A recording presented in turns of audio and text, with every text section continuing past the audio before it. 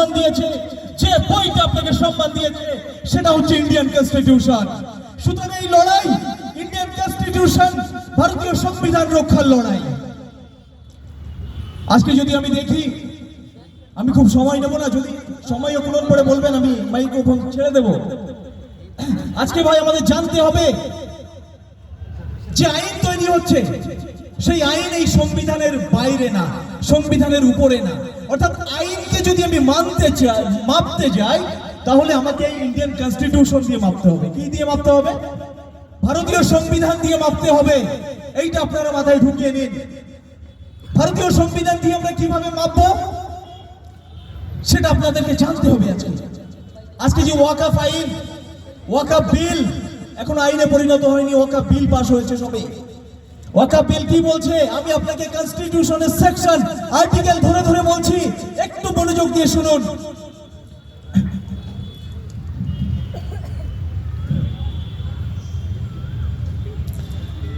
Article 25 of Indian constitution, article 25 বলছে যে প্রত্যেক নাগরিককে তার ধর্ম বিশ্বাস করার, প্রকাশ করার এবং পালন করার অধিকার দিতে হবে। প্রত্যেক ব্যক্তিকে তার ধর্ম বিশ্বাস পালন করার অধিকার দিতে হবে। আচ্ছা, ওয়াকফ সম্পত্তি বলতে আমরা কি বুঝি ভাই? ওয়াকফ ফি সাবিলিল্লাহ, রাইট? তাই তো? যে ওয়াকফ হচ্ছে আল্লাহর সম্পত্তি, আমরা তার আমানতকারী। আচ্ছা বলুন, এটা কি ধর্মীয় বিশ্বাস না? এটা কি ধর্মীয় বিশ্বাস না? তাহলে এই যে বিলটা আনা হয়েছে, এটা ইন্ডিয়ান কনস্টিটিউশনের আর্টিকেল 25 কে ভায়োলেশন করেছে। ভাই আমি কি বোঝাতে পারছি? বোঝাতে পারছি? সুপ্রিম কোর্টে মামলা হয়েছে, কনস্টিটিউশন বেঞ্চ কি রায় দেবে কি রায় দেবে না সেটা পরের বিষয়, কিন্তু এই বিষয়গুলো আমাদের প্রত্যেকের জানা উচিত যে কেন এই আইন বা এই বিল সংবিধান বিরোধী। এবার আমি আসি আর্টিকেল 26। আর্টিকেল 26 কি বলছে আমি একদম বাংলায় আপনাদের জন্য হোমওয়ার্ক করে এসেছি, বাংলায় বলছি। আর্টিকেল 26 বলছে প্রতিটি ধর্মীয় সম্প্রদায় তাদের নিজস্ব ধর্মীয় প্রতিষ্ঠান গঠন, পরিচালনা ও পরিচালনার অধিকার রাখে। তাহলে যে কোনো ধর্মীয় সম্প্রদায় তার নিজস্ব সংগঠন বা নিজস্ব ইনস্টিটিউশন পরিচালনা করতে পারে। এটা ভারতীয় সংবিধানের কত নম্বর আর্টিকেল বলছে? 26 নম্বর আর্টিকেল। একটু মুখস্থ করে নিন এগুলো, কারণ যারা আরএসএস এর গুন্ডা দালাল আপনাদেরকে বলছে যে এই বিল মানতে হবে। কি বলেছিল অমিত শাহ? বলেছিল না পার্লামেন্টে দাঁড়িয়ে, এ সংসদ কা কানুন है सबका मानना पड़ेगा, এ বলেছিল না? তো অমিত শাহ তোমাকে জানিয়ে দিতে চাই, এখনো ইন্ডিয়ান কনস্টিটিউশন আমাদের হাতে আছে। এই ইন্ডিয়ান কনস্টিটিউশনকে জড়িয়ে আমরা আজকে শপথ নেব ইনশাআল্লাহ। আর্টিকেল 26 কি বলছে? আর্টিকেল 26 বলছে, আর্টিকেল 26 বলছে যে প্রত্যেকে তার নিজস্ব সংগঠন, নিজস্ব ইনস্টিটিউশন পরিচালনা করতে পারবে। কারা? যে কোনো সম্প্রদায়, সংখ্যালঘু সম্প্রদায়। এখন আমার প্রশ্ন হচ্ছে যে ওয়াকফ বোর্ড, ওয়াকফ যে সংগঠন, সেটা আমরা আমাদের মতো করে পরিচালনা করছি, এতে তোমার খবরদারি করার কি আছে বাবু? মুসলিমদের সম্পত্তিতে খুব লোভ পড়েছে তাই না, খুব নজর পড়েছে তাই না? মুসলিমরা এটা মানবে না, কারণ আমরা বিশ্বাস করি এটা আল্লাহর সম্পত্তি। মুসলিমরা অনলি তার আমানতকারী। সুতরাং আল্লাহর জন্য আমরা যে কোনো মূল্যে আমরা ওয়াকফ সম্পত্তি রক্ষা করব ইনশাআল্লাহ। নারে তাকবীর, নারে তাকবীর। এবার বলি ভারতীয় সংবিধানের 15, 14 এবং 15 আর্টিকেল নাম্বার 14 এবং 15 সেকশন আর্টিকেলগুলো মনে রাখুন, কারণ তাদেরকে জবাব দিতে হবে। আমরা অলরেডি কাজ শুরু করেছি, আপনাদের হাতে ছোট ছোট লিফলেট আকারে আমরা তুলে দেবো, যাতে আপনারা বাড়িতে গিয়ে বাচ্চাদের হাতে তুলে দিতে পারেন, মা বোনদের হাতে তুলে দিতে পারেন। অর্থাৎ মুখস্থ করে নিতে হবে যে তোমরা কোথায় খাটা মেরেছো।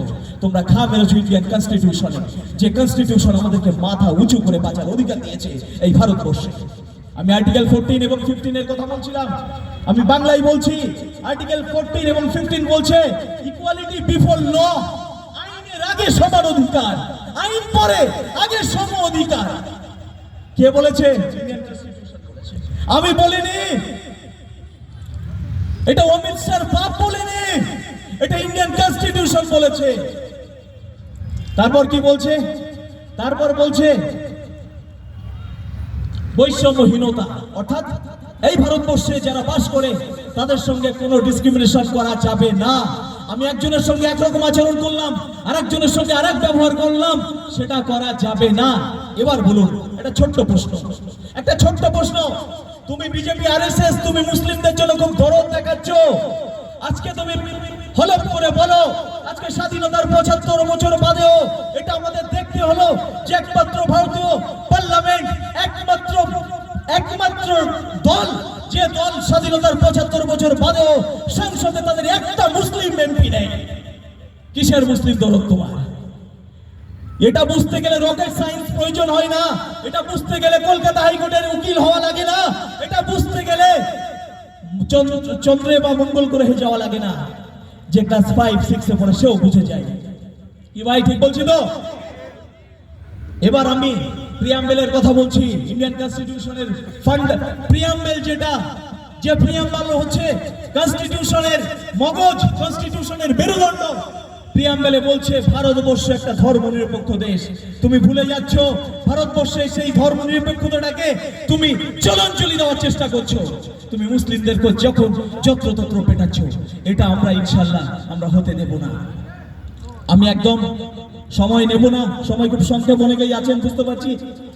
আজকে আমাদের এই কনস্টিটিউশনটাকে হাতে রেখে অনেক কিছু বলা ছিল ভাই, যে ওরা কি চক্রান্ত করছে, আমরা এই যে করছি না এর বিরুদ্ধে অলরেডি প্রোপাগান্ডা করছে ওরা, আপনাদেরকে তাতিয়ে দিয়ে একটা সাম্প্রদায়িক দাঙ্গা বাঁধানোর জন্য। সে খবরও আমাদের কাছে আছে, এত সময় নেই। জাস্ট আজকে কনস্টিটিউশনকে হাতে রেখে, এই কনস্টিটিউশনকে হাতে রেখে আমরা আজকে প্রতিশ্রুতিবদ্ধ হব, প্রতিজ্ঞা নেব ইনশাআল্লাহ। ইনশাআল্লাহ হাত তুলুন, ইনশাআল্লাহ। আমরা আজকে প্রতিজ্ঞা নিচ্ছি। একদম শেষ,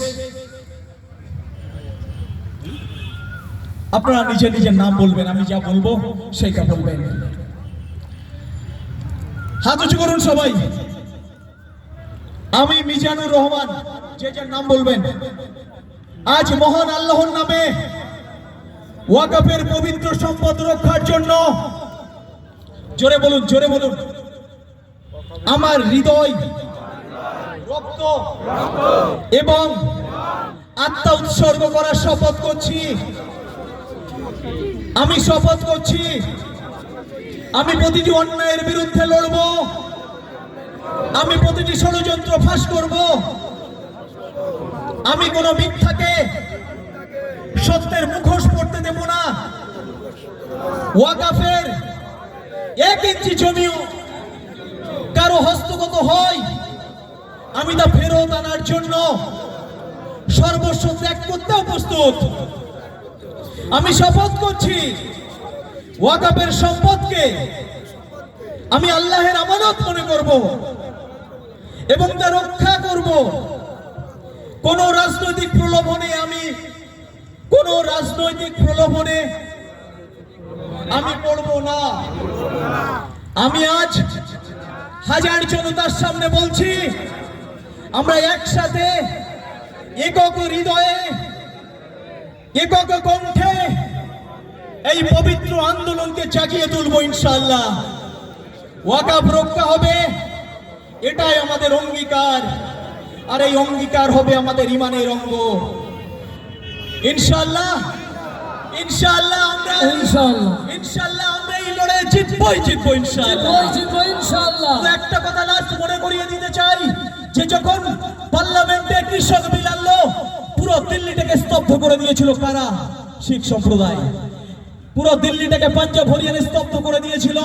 আমরা যা নেতা নেত্রী অযাচিত আমরা পথ আটকাবো না ভাই, আমরা অযাচিত রাস্তা বন্ধ করব না। এতে আরএসএস বিজেপি সুযোগ পেয়ে যাবে এবং তারা ব্যাকফায়ার শুরু করবে। সুতরাং আজকে আমরা সংবিধানকে বুকে নিয়ে আমরা শপথ করেছি, এই শপথে আমরা জিতবই ইনশাআল্লাহ। আগামীতে দেখা হবে এবং 26 তারিখে তো ইনশাআল্লাহ দেখা হচ্ছে কলকাতার রাজপথে। মনে রাখবেন আজকে এখানে একটা মিটিং হলো, ব্রিগেডে একটা মিটিং হবে, রামলীলা ময়দানে একটা মিটিং হবে, এটাই যথেষ্ট না। এটা হচ্ছে দীর্ঘমেয়াদী লড়াই। বাড়িতে গিয়ে বাচ্চাদের কানে থেকে, মহিলাদের কানে থেকে বলে দিন যে আগামী 2-3 বছরের জন্য হতে পারে আমাদের রাজপথে থাকতে হতে পারে। নারে তাকবীর, নারে তাকবীর, নারে তাকবীর। যাই হোক, ভালো থাকবেন, সুস্থ থাকবেন, দোয়া করবেন এবং সর্বোপরি আল্লাহর কাছে দোয়া রাখবেন এই হতভাগা জাতির জন্য, যে জাতিকে বারবার পরীক্ষা দিতে হচ্ছে তুমি ভারতীয় নাকি তুমি মুসলিম। ভালো থাকবেন, আসসালামু আলাইকুম। ওয়ালাইকুম আসসালাম।